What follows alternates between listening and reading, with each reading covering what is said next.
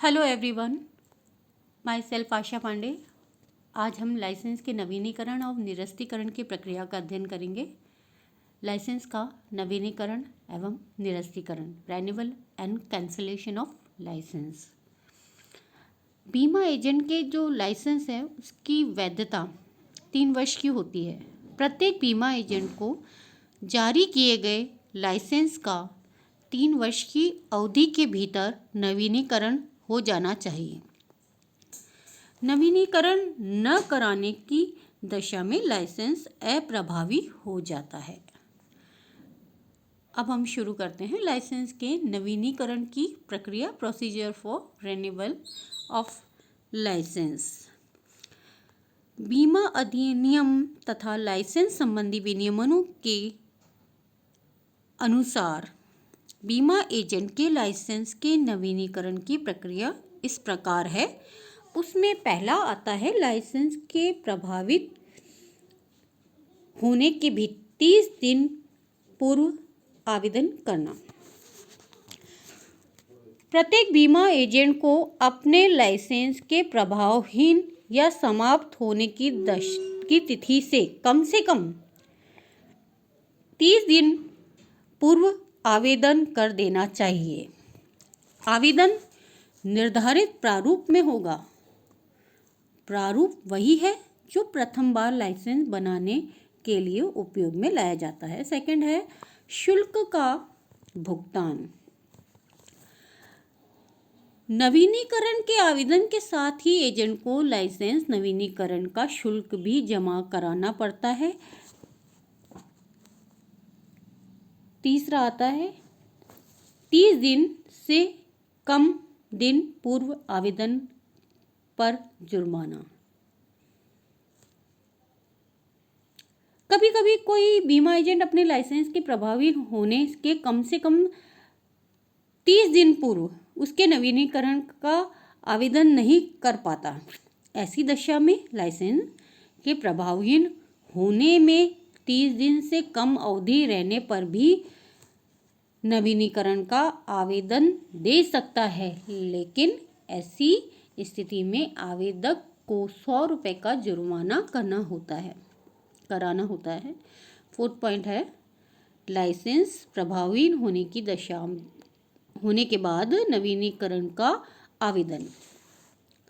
सामान्यतः लाइसेंस के प्रभावहीन होने की तिथि के बाद लाइसेंस के नवीनीकरण का आवेदन स्वीकार नहीं किया जाता है, लेकिन यदि प्राधिकरण परिस्थितियों से संतुष्ट हो जाए तो नवीनीकरण का आवेदन लाइसेंस के प्रभावहीन होने के बाद भी स्वीकार किया जा सकता है। आवेदन स्वीकार करने की दशा में नवीनीकरण शुल्क 250 रुपये के अतिरिक्त 750 रुपये का जुर्माना भी देना पड़ता है। 5th है योग्यताओं का बना रहना। लाइसेंस के नवीनीकरण के समय आवेदक में वे सभी योग्यताएं बनी रहनी चाहिए जो प्रथम बार लाइसेंस जारी करते समय आवेदक में थी। 6 है अयोग्यताओं का उत्पन्न न होना। लाइसेंस के नवीनीकरण के समय आवेदक में कोई भी ऐसी अयोग्यता उत्पन्न नहीं होनी चाहिए जो लाइसेंस जारी करने के लिए अयोग्यता मानी जाती है। इन अयोग्यताओं का उल्लेख लाइसेंस जारी करने की प्रक्रिया के अधीन कर दिया जाता है। 7 पॉइंट है निगमीय बीमा प्रशासक को पुनः प्रशिक्षण।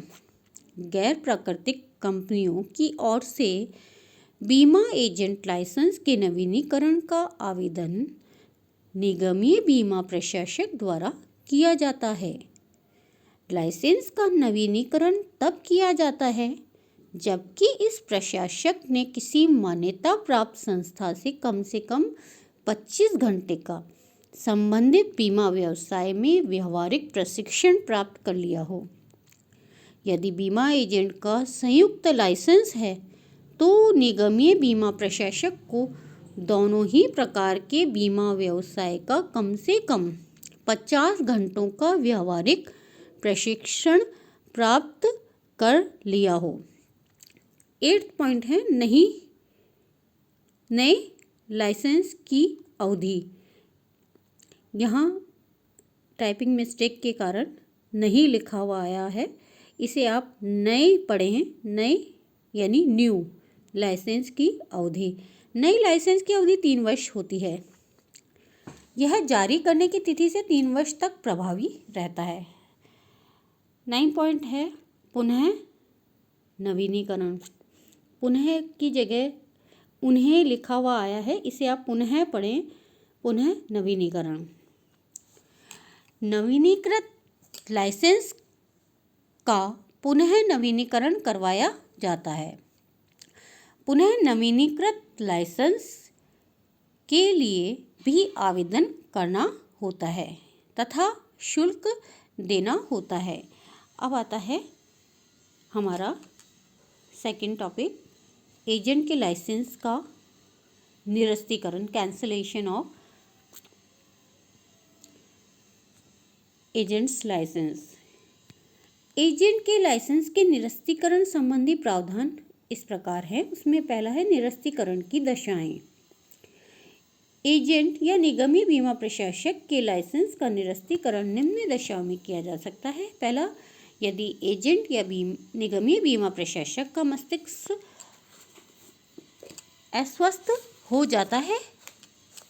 सेकंड आता है यदि एजेंट को दिवालिया घोषित करने के लिए आवेदन दिया जाता है या उसे दिवालिया घोषित कर दिया जाता है। थर्ड है यदि किसी सक्षम न्यायालय ने एजेंट या निगमीय बीमा प्रशासक को गबन, धोखाधड़ी या जालसाजी अपराध के लिए दोषी पाया है।